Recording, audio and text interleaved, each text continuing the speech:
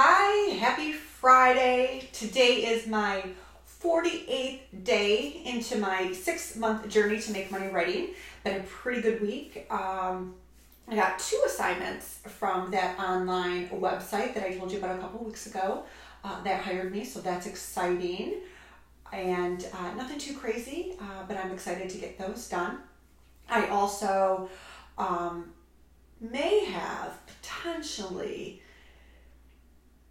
come upon an idea of a service that I can offer in addition to writing articles and blog posts for other websites. It's at the very beginning stages, and I don't really want to say a whole lot about it because I don't know if anyone else is like this, but whenever it seems like I say something out loud, it triggers something in my brain, and for some reason my brain seems to think that we've already done it and accomplished it, and it kind of like goes away. So I'm working on that.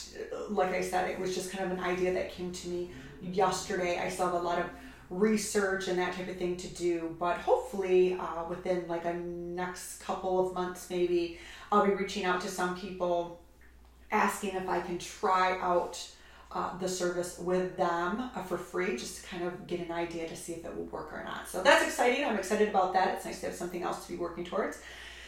And this week I wrote an article that you will find in my Just Learned tab on my website. And it is the 9 honest stops that I believe is needed to create the ideal blog post.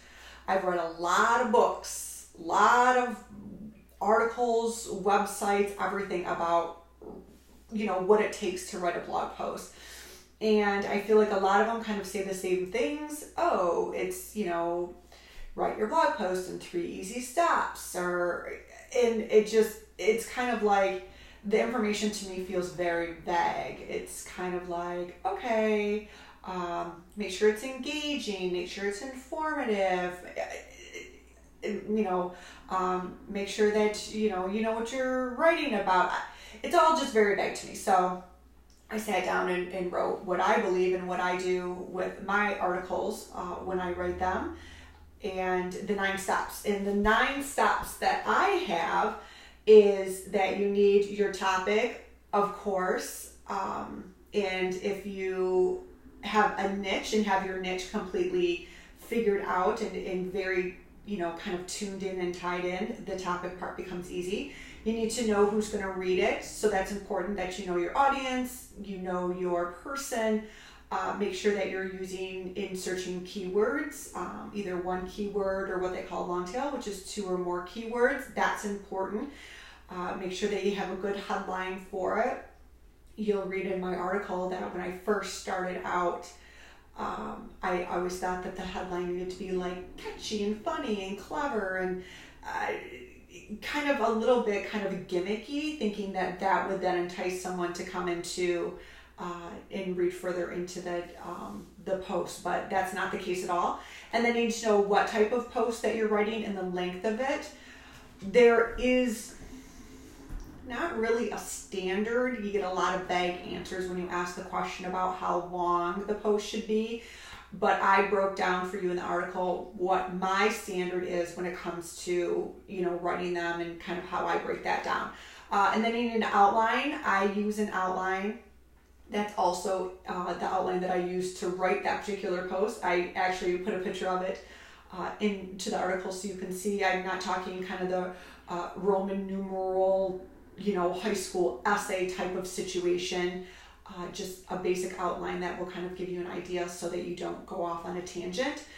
Then if you need to get some facts as sources, reputable sources. If you have the ability to get a quote or information from an actual person that you speak with, which I know a lot of online people don't like to do, but that just gives you credibility and you're backing up what you're saying with facts. Then of course you want to write and edit.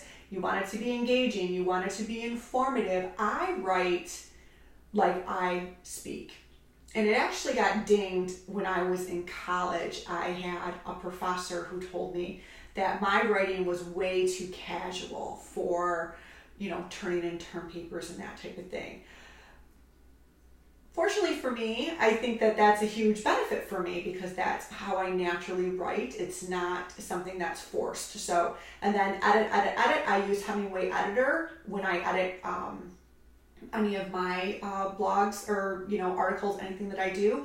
I talk about that in the article as well. And then of course SEO, which I am no expert at in any way, shape, or form. I learn something new every single day when it comes to SEO, but I did write down the 5 things that at least I know enough to know to use, and every day I'm learning, like I said, every day I'm learning something else. So if you're interested, go into, like I said, on the website, under the Just Learn tab, get the whole gist of what I wrote. It's a little lengthy, but writing a good blog post is not quick, simple, or easy. And anyone who tells you that it is not giving justice, truly, I think, to the art and the madness that it takes to do it. So wish me luck. I have lots of things I'm working on.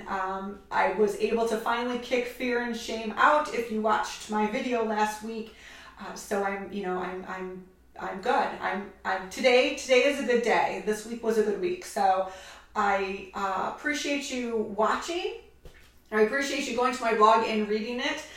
Please, leave me comments if you have anything. Maybe I missed a step. Maybe there's a step that you do in addition to those, or you have a different way of doing something. I love to hear about it. I'm, always learning, and it's a process, that's for sure. So I hope everybody has a wonderful Friday. It's cold here where I am. I hope it's warm and beautiful wherever you are, and I will see everyone next Friday. Bye.